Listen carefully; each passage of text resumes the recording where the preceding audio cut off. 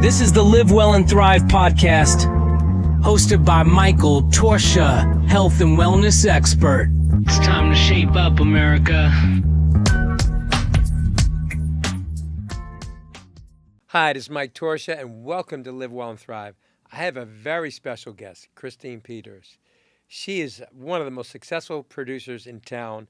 In fact, in a male-dominated business, she's been right up there with the big dogs. She's done such movies as How to Lose a Guy in 10 Days, Tango and Cash, Batman, all these great films. Out-of-towners. So welcome to the show, Christine. Thank you. It's a pleasure to be here, and thanks for inviting me. You're welcome. Yeah, it's exciting. I have a lot of women that watch the show, and they want to get into the film industry. Right. And I thought maybe you sharing your journey, especially for a woman to be so powerful in this town, how you did it when it was a male-dominated industry for a long time. You just play stupid. Stoop to conquer, right? Yeah, the dumb blonde, and you can think you get away with everything.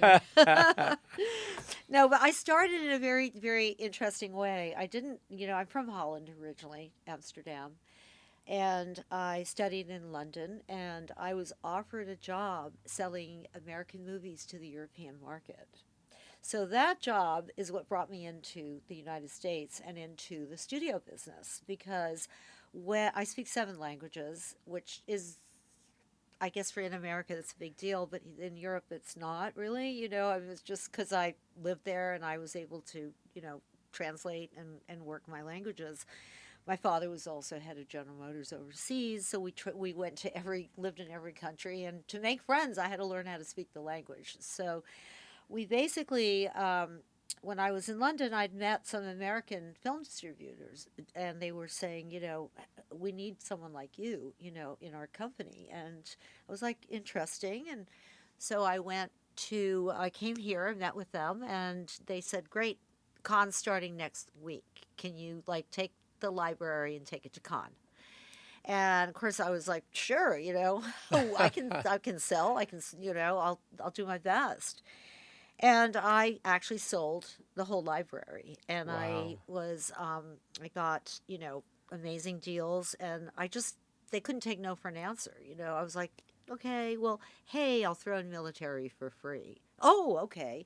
Give me 7 years, theatrical and non-theatrical. And little by little, I was kind of spotted by Warner Brothers, and, because all the studios are there, and they're going like, how are you doing this? And I go, I just understand the culture. And I would know if it was a drama piece that it would be Scandinavia. And I knew that if it was a romance, it would be France and Italy or Germany. And I knew action would be the Middle East or China. So they didn't quite understand the market at that time, And so I kind of kept saying, no, let's focus on these different markets and with this specific genre that I know will sell.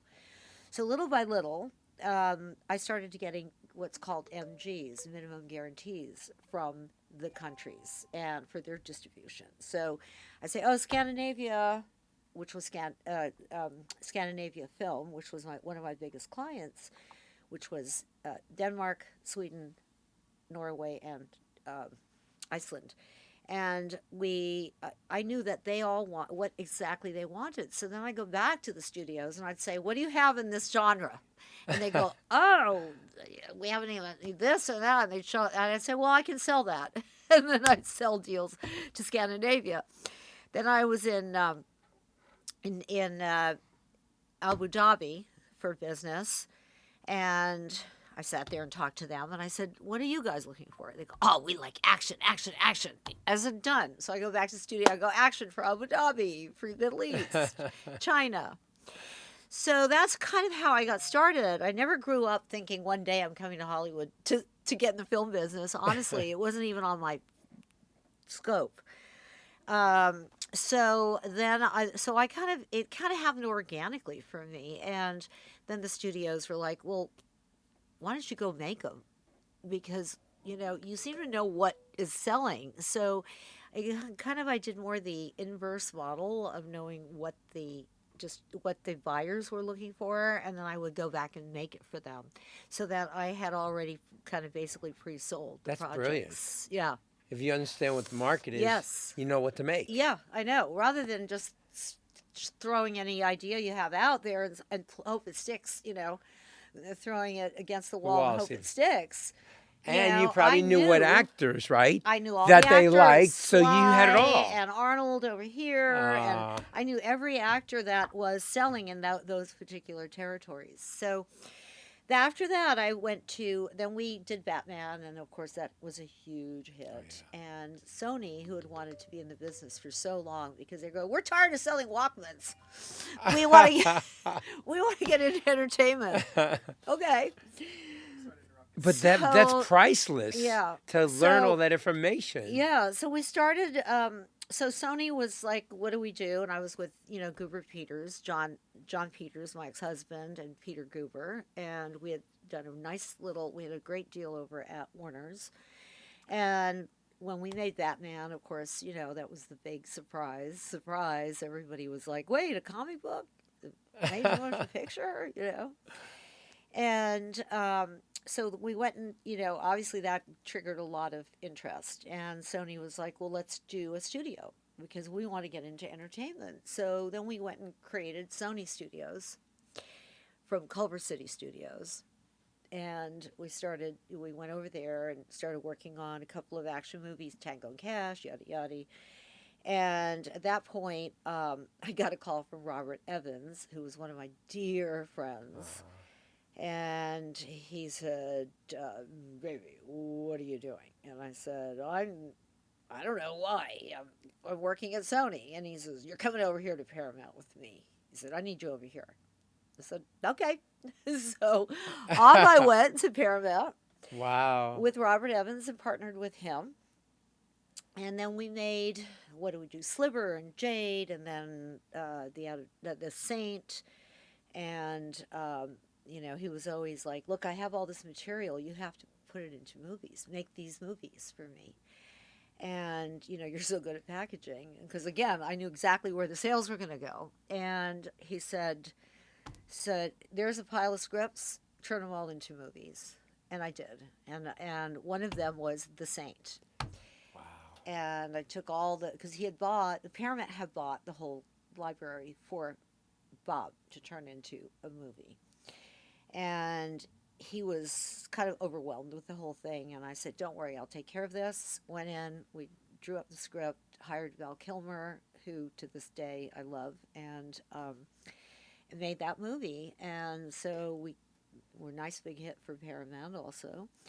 Then after The Saint, then we had The Phantom because, Paramount had done The Titanic. And they had done a 2-picture deal for Billy Zane. So I went to Sherry Lansing and I said, Sherry, I need a star for The Phantom because we're ready to go on this. And she goes, well, let's do Billy. I said, oh, what a great idea. So we put Billy Zane, who I love to death also, in The Phantom. And so we started rolling out, pictures back to back to back. And at one point, then we ran out of material. I completed the pile for Bob, and it was like, I go, Bob, we're out of material. He goes, well, we got to get our deal renewed. Come up with something. He'd always call. He'd say, you always come up with pull a rabbit out of a hat for me. And I go, okay, I got it. I said, so I go down to the library, Paramount Library to see what is there that can be remade. And of course, I find the movie that Bob made with Jack Lemmon and Sandy Duncan called The Out-of-Towners. And I go, Bob, we can remake this. It holds up today. Empty nest syndrome. Every parent's like dealing with, the kids leaving and, all the off to college. And, I think we can just have some fun with this. He said, okay, whatever you want to do, just do it. So I went and developed The Out-of-Towners, and I brought in Goldie Hawn and Steve Martin. And, we did the whole empty nest syndrome in New York, and that was our next one. That was the rabbit I pulled out of the hat. My mother loved that movie. Oh, she did? I sat there on the couch with my mom. I couldn't talk while that movie was on. I'm so happy to She hear loved that. it. Yeah. How sweet. How and nice to also know. Batman Forever was with Joe Schumacher directing. Yes. I was in the movie. No way. I was in the movie. I was Joel's fitness trainer, and he said he liked my physique, so he said, "Why don't you? I'll give you some work as doing stunt work." And so I said, "Sure, why not?" And then Right. we were doing practices, with the stunts, and he goes, "Torchia, take your shirt off." And I took my shirt off. He goes, he makes a call, calls me back. "I'm going to send you over to Warner Brothers. We need to make a better Batman suit." So he did a plaster Paris my Oh whole my body. God. So the new suit is my body. In That is crazy. in that movie, they did everything: my pecs, my calves, because I had big calves too, and my Oh, arms. wow. So they used my whole body For the suit. For the suit. Wow. Yeah. Yeah, Well, we and did the first one, and once we moved to Sony, we sold the rights back to Warner's. That was the only way out. Yeah. But But your that's amazing. Yeah, your story is so beautiful, and worked with Evans. Oh my God! I mean, Oh my God, loved him so much. He was just so Genius. special. I've had the best mentors, honestly. I'm so lucky, from Peter Guber, John Peters, to Robert Evans, to Sumner Redstone. Oh, I mean, I wow. couldn't have asked for a better group of mentors. They in groomed my you. life that groomed me and taught me so much. And each one I have a small takeaway from. Like Sumner's always was, stay the course. Don't ever give up. I go, okay. Then he go, patience is a virtue of which I have none, but you need to find some. I was like, okay. It was Wow. always, and Bob was always, let's pull a rabbit out of a hat. I know you can do it, And, but what a great partner, and he was just wonderful. But after the Out of Towners, I was in New York looking for material, for literary material. And I had this list was so boring, My Dinner in Tuscany and this, and I was like, no one wants to see that, Yeah. And I'm going through a breakup at the time with some crazy person that every time it was like, I'm changing, never going to do that again until 3 months later, right? Yeah. So finally I said, okay, I got to change this, because I keep naively going, okay, and that's not going to happen. And I'm also a mom of 2 daughters, so I know the dating world. I've seen it. I've seen the ups, the downs, the ins, the outs, the psychopaths, the narcissists, all of it. So And your daughter, and I have a psychology degree. wait, one of your daughters is a director, correct? Yes, my youngest is working on a movie Wow. right now. Yes, yes. And You've my done other one is a well. big AI company. Yeah, she's just started with her fiance. Fantastic. Amazing. And they do coverage for all the studios in 8 minutes, a whole script. It's beyond. You should meet. I should have I'd them love to. come I get in scripts here. all the time. You should meet. I don't have time to you read should it. You should meet with my daughter. I'd love Nikiana. to. You should do a podcast with her. Love you her to would come love on. it. Yeah, it would be That's amazing. fantastic. They're so advanced, these kids. But the good news is she was raised on sets with me. So she kind of saw where all the issues were. And I would put her in a room and say, read the script. I want to know, give me your feedback. And, so she kind of came up with an AI program that could do all of that. It's fantastic. I know. Amazing. Because my cousin runs the story department at Universal. Okay. So once in a while he does me a favor, but it takes me 6 weeks to get him to give me the Feedback? coverage, the coverage on I'll it. do it for you. Oh my God, it's been lifesaving. Because I get I have scripts mom sent to me. privileges. You're so great. Because I do. I get a lot of people that come to me and say, Mike, I got this project, but we need to attach some cast. So many celebrities. Hey, some wealthy people. So I've been kind of being a half producer, half EP.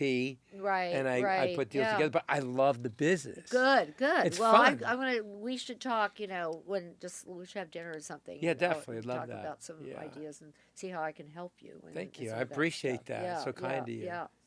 So anyway, back to How to Lose a Guy in 10 Days. So now I'm in New York, and I'm looking at the lists of books available to bring back to Paramount, and there was nothing there. The very bottom of the list, it says How to Lose a Guy in 10 Days. I go, that's my story. I have to have this book. And then she goes, she's so embarrassed. She says, it's actually not really a book. It's kind of a giveaway from Barnes and Noble for Christmas. It's Oh, a my stick God. figure joke book, and I go, I want it. I want it. Wow. And yeah, I wish I brought it. You would have died. Did you find the writer to write the script? No, this was the agent. No, I wrote it. The first script. Wow. No one would understand this but me. How could anybody understand That was an Crazy adorable World? movie. Thank you. Oh, I loved it. Well, I had so much going on in my personal life, and I was also an editor I was West Coast editor for Talk Magazine, so I was in that magazine world as well. I did all the LA stories, and Tina Brown was New York, and she did all the New York stories. And the two of us were always having to come up with fun counter stories, because everybody hated LA from New York. Yeah. And, they were all like, you guys, you have no class, you have no this, you have no that, you sit on surfboards all day long. And so, and Hollywood. So anyway, I had to always defend it. And, but I come up with funny stories, like I said, one of my stories was, don't sign with CAA, don't sign with UTA, sign with AGO, AGO. They just opened up, right? I said, AGO, drop your script off at the bar and Mark Wahlberg will read it that night. Paulie Herman was a dear friend of mine. Oh, and I would bless go his over to see heart. Paulie. I said, Paulie, I What? need you to get De Niro for this. I'll make a call, Mikey. Oh, I know. Wasn't he the best, Paulie? I loved him so much. I just adore him. Yeah, listen, a lot of good people. Unfortunately, we've lost some really special. Sad. Yeah, I know. But they don't make them like him and Robert No, Evans and none of them. I know. That's a whole nother breed. It's like, yeah. The bullshit because today. These guys were all about fighting and believing in yourself and believing and fighting for your vision. And, which I'm still in that space, Yeah. I'm still, because I've been trained by the best. And I'm very grateful that I've had the master's degree from the big masters. And, but anyway, back to How to Lose a Guy in 10 Days. So I buy the stick figure book, and I go running into the studio to Sherry Lansing, and I go, I've got the next hit. And she goes, what is that? I go, well, it's really cute. Wait till I get finished with it. And she's like, okay. And so we literally were kind of like, I said, Sherry, you got to trust me on this one. She goes, but, and I said, don't worry. I said, I'm going to write the script because I had it in my head. I just knew exactly where all the jokes were because I'd lived it, including having 2 daughters, right? So 2 gorgeous daughters in this town. It's trouble. Yeah, I saw it all, and I'm like watching all this. I'm going like, I'm going to make this a funny rom-com because I think girls will relate to it, right? The cast was perfect, by the way. Thank you. And you have fought for that cast? Do you know that? They kept telling me Kate Hudson has no value. She's not no foreign value. She's fantastic. She couldn't carry a movie. I fought tooth and nail for that girl. But they had such great chemistry. And then she actually brought Matthew, and she said, I think I could do this with Matthew. And, when Matthew came along, and the first thing he says to me is, am I going to be the guy that gets dumped? I'm like, no. I love him so much. And anyway, so we literally started cobbling. I put the script together, but I was WGA at the time, but the Paramount did not want me to have a WGA and a producer credit. Okay, whatever. I know. So I said, okay, I'll give up the WGA. And then they wrote over me like 22 times with different writers, which I was fine with because I just want to get the movie made. I'm one of those, like, whatever it takes, let's get it done. And so we put the movie together. They thought it was interesting, this is actually interesting, And then I brought in Kate, and that was interesting, but, we don't know if she has a foreign value. Don't forget, what did she do before How to Lose a Guy in 10 Days? Thank you. Okay. Which is what I always get. But you had a big star with Kate Hudson. Great. What did she do before my movie? So we kind of like had, I had issues with the studio, and again, understanding foreign sales as well as I do. I was like, okay, I can make this work. And little by little, we brought in, a great cast. And we brought in Donald Petrie to direct, and so we ended up having a blast making that movie. And I think everyone enjoyed it. You made over $500 million. Yeah, more. They hide the ancillary rights, don't forget. right? So basically, then I went. Now I'm working on another rom-com. So the new stuff I'm doing now is How to Get It All, and I have great partners. Actually, my partner came from Warner's, and he is the son of Robert from Bob Daly, who's the chairman of Warner's. I remember, yeah. And this is Bobby Daly. And so Bobby Daly has started a whole new, and we and I, we've been talking about this forever, the future of filmmaking. What we talked about in the very beginning. Yes. I don't know if it was on the tape or not, but when we were discussing what it used to be like and the balls that, for the lack of a better word, that people had to make movies and believe in their vision. So what we've done is created a separate fund with our own money. Not ours, but investors, our yeah. hedge. Don't forget Bobby comes out of J.P. Morgan, and wow. he knows all the numbers, and he comes out of a film, history, and so we're doing basically a fund to create films that we will distribute ourselves and go through our own domestic distribution. Beautiful. Yeah. So that's kind of what we're doing right now. And then we're doing then I have that, and then I have another romantic comedy called Best Enemies, which is two girls fighting over a guy. Only the guy thinks that they're in love with him. But they only want his ad campaign. They're ruthless. Oh, wow. They're ruthless. So who do you have in mind for that, though? Huh? Who do you have in mind for that? Oh, I have some. I can't say right now, but I have some very interesting girls that I'm looking at. They're very much in that space of that. I will break them in the rom-com space, because I like them when they're young and fresh, and they haven't done it before. Right. So I have two girls I'm looking at. And then we have, that moving along on this rom-com, which will probably start in about another month, shooting in Mississippi. And it's in the cannabis space. It's a girl that gets dumped that now has to find a new life, and finds a new life becoming the new Queen of Green. I like that. And creates all medicinal cannabis products for women, and tricks the ex-boyfriend into the financing. Girls love that. Oh, yeah. That'd be their training book, it's right? It's called How to Get Them Back. So we're doing that, and then my new one, which is the one I think I talked to you about, is Jasmine, the coyote I pup. love that. And this is a true story. Show it to the camera. Right. This one right here. There you go. This is Jasmine, the little 4-month-old coyote pup.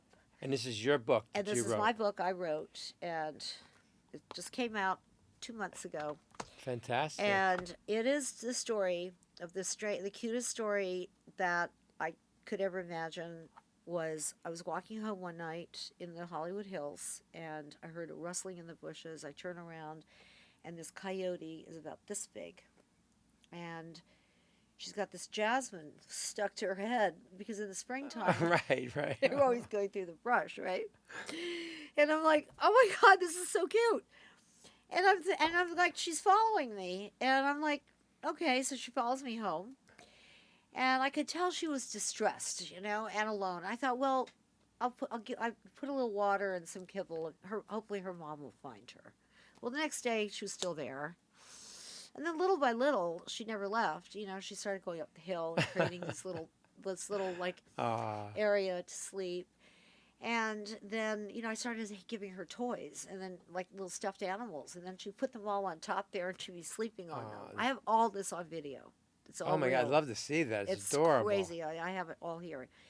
Then by little, these little baby skunks showed up, because this was all springtime, and they were all looking how to survive, right? So they go, oh, look, there's some nuts over here and some stuff over here. So now I have 2 skunks and a little coyote baby, again, this big. And I'm like, this is crazy. So now I put up 8 cameras in the front of my house because now I have to start video this because no one's going to believe me, really. So little by little, I start to see on the video, now a mother raccoon shows up with 4 of the cutest babies Oh, they're precious. you've ever Oh. seen. And now she starts coming to the little, what I call the sanctuary. So now I have a mom raccoon, 4 babies, 2 baby skunks, and a baby coyote up here, all depending on me to survive. Aw. And they're animals everyone hates, you know. Ooh, they're pests, they're this, they're that. No, you know? they're sweet. And I thought, these animals deserve a break. And I started feeling very sorry. I love animals, so yeah, member of PETA, yeah, Last Chance for Animals. Yes, Krista Rose is a dear friend of Krista mine. Rose, I know. I'm there every year at the Hilton. Yeah, did you go to Paramount? Yeah, Paramount, yeah. How did I miss you? Yeah, I was I there. was there. I was with Cindy Landon. Oh, okay. Cindy's always there. Yeah, I was there also. That was actually a great event. amazing. I liked that they kept the speeches short. Yeah, I know. I said, Chris, Yeah, please, yeah, these girls please. go on 40 minutes. People falling asleep. Honestly, I think they did great, and thank God the dog meat in Korea. Ah, that was a huge success. Thank God. Now they got to do China. Oh, that's going to be tough. You know how they are. Anyway, don't get me going on that one. I'll just keep my mouth shut. We have to go to dinner with Chris and Cindy sometime. Of course. They're one of my closest I would friends. love that. Well, I've known Chris for 100 years. Yeah. Um, He was an amazing actor. yeah, I know. I knew Years Chris, ago. when he was just starting out Last Chance for Animals. Wow. Yeah. But anyway, out comes the book. No, okay, now, so all the cameras are, back to the book. I mean, the cameras are all out there, and I'm picking up the craziest videos. I've now got this Jasmine, this little coyote pup, playing with the raccoons, chasing each other up and down the street. Then I've got the skunk sitting there eating with the raccoons. And everybody's like one big happy family. And I'm thinking, Wow. nobody's going to believe this. I'll think that, coyotes eat raccoons, and raccoons and skunks. And then we have a little thing where we've got Jasmine, the little skunks, where they're playing and they go like, and he turns his butt and she turns around and runs. She's scared to death of it. And I'm like, no one's going to believe this. So I finally took all my video, I took the story, and I wrote the book. And just to say, please pay attention. They're not what you think they are, just keep an open mind. So is this geared more children or adults? Children, but Okay. adults, for adults to read to children, I mean, I have little girls. I have a set of stuffed animals. I have little girls that sleep with little Jasmine, the coyote pup, every night. Are they still up there by your house? Yeah, she's now up there. I just got her last night. She's now, she's about I 11 have to. months. Can I meet her? I'd love to see her. Yeah, she comes when I call her. She's about 11 months, and she's the frightened little, cutie, and she's just so grateful, I can tell, She literally, I'll show you a picture, is so adorable. So, this was just yesterday. I was coming home, and she's standing on the hill, and I say, no, don't go. And she poses for me. Wow, she's She's beautiful. 11 months now. Aw. And she's yeah. Look at that face. I mean, how can Oh, she's you? precious. Look Isn't at she that cute? sweet face. I know. She's just a sweet girl. you know? I'm with you with the animals. Yeah. The possums come out at night. The raccoons Ugh. come out. I feed them. They come right up to me and I feed them. Oh, how cute. And the yeah. squirrels during the day, they eat out of my hand. Aw, I had this one baby no. squirrel. Oh my He God. likes to give in my hand. And I Aw. give him the different nut mix. He Yeah. loves it. Oh, And how so when cute. I feel like Dr. Doolittle when I I love come it. out. I know, me too. I was like, okay, I love those animals, and I want to take care of them, protect them because they don't have much of a chance here, because they're with urbanization and everybody's building houses on their land, and Oh, it's terrible. and And they don't know where to go, and they got to everyone's eat. hating on them, and they have nowhere to go. They don't know that, hey, I hate you, and get out of here. They were born here, they've been here before us. So yeah, anything I can do to help them. So I just started with the movie now. So I wrote the script. Jasmine's journey through the Hollywood Hills with her wild friends. That's so beautiful. And I have the Hollywood scene from the eyes of the wildlife. I love that take. And yes, and it's kind of like they have to go by the Chateau Marmont before anybody sees them, or run down Sunset. Now they got to go by Laurel Canyon and the country store, and listen to the Mamas and the Papas. And they have the best leftovers over here. And yeah, and then they got to go to Hollywood Boulevard, and then behind the popcorn machine, they're all like they're having a blast, you know. And Rocky, or Raven, is like, you know, he's like third generation Raven. They live to be 40. He's got all the stories of Hollywood. Wow. And he takes her to they have to go buy Chinese ramen, and there's a picture of Marilyn Monroe. She goes, "Who's that?" He goes, "Oh, she was the most famous. My granddaddy told me she was the most famous actress in all of Hollywood. Oh my God, if I was human, would I be Marilyn Monroe?" And he says, "Well, you're beautiful as you are, you know." I love and it. So then she says, "Oh, look, handprints." So she puts her little paw in the handprint. She goes, "Look, it fits." So it's that whole humanization of the animals in Hollywood, you know, and then with all the stories from Rocky, from his great-grandfather, who told him all these stories when Hollywood was, you know, being built. And, of course, they end up at the Hollywood sign. And you know. Now, do you have an owl as the wise I man? don't have an owl because I didn't have an owl, you know. This is all real. I mean, these are all the characters from this book. So, basically, I'm working on that right now. I started a Substack. It's on my LinkedIn. I mean, not LinkedIn, sorry, my Instagram. Yeah, okay, I'll check it out. And I have a Substack, and I have a Kickstarter, you know, so to go out with. I have a lot of perks on this. I've got books, I've got stuffed animals, I've got posters. Send me the link, and I'll send you the I'll link. post it everywhere. We'll That would put be it on the great. Thank on the bottom you. when we're showing the episode. That would be amazing. Yeah, of course. I appreciate that. That would be great. Now, is this going to be a feature release or Yes, okay, feature. Great, I love Yes. that. Oh, yeah. I think it's time for fresh material, you know? I mean, how many times can you recycle The Little Mermaid You know, and Snow White and Wicked? Moana, I mean, it's and I mean, at some point, you can't just keep recycling the same material. You know what? I want people to go back to the theaters Yes, and me have too. the experience. I remember going with mom and dad, sister and brother Yeah. Saturday night to the movies. Yeah. And getting with the popcorn and all the good stuff, exactly. right? It was an Yeah. experience. I You know. sit at home, it's not the same thing. No, I know. Well, Y- Netflix got you on that one because that was, you Yeah. know, they were lucky. COVID hit and everybody was stuck, and all you had was TV. So they threw all the good stuff on the TV, and the And- studios went bankrupt because they threw the baby out with the bathwater. And now Netflix gives you like nothing. Because they run out of content, and now they're just scrambling for junk.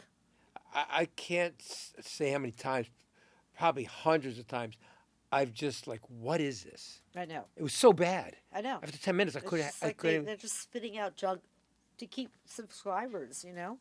And It's a shame. you know, every once in a while to come up with something interesting, which I haven't seen anything for a while interesting, but it's like, why am I paying all this money to not watch any of these? I don't really watch any of them, Yeah. you know? I mean, they're just, because they're so sporadic. You get something good maybe once every 2 to 3 months.